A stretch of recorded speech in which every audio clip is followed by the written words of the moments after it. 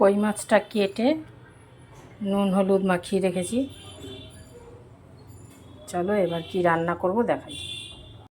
দেখো এখানে মাছ ভেজে নিয়েছি, আর এখানে মশলাটাও আমি পেস্ট করে রেখেছি। এখানে আছে আদা, পেঁয়াজ, রসুন, কাঁচা লঙ্কা, টমেটো, আর এখানে আছে কাশ্মীরি লঙ্কার গুঁড়ো আর জিরে গুঁড়ো।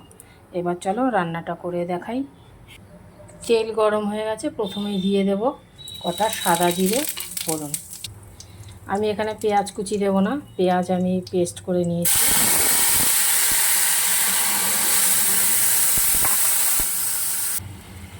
এবার দিয়ে দেবো লঙ্কা আর জিরে গুঁড়োটা। এটা একটু পরে দিলাম, জিরেটা ভাজা আছে তাই এই জন্য একটু পরে দিলাম। একটু নেড়ে নিই।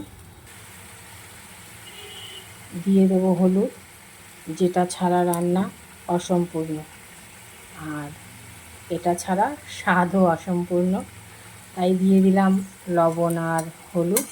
দিয়ে এবার একটু মশলাটা নেড়ে নিই। মশলাটা কষিয়ে জল দিয়ে দিলাম। দেখো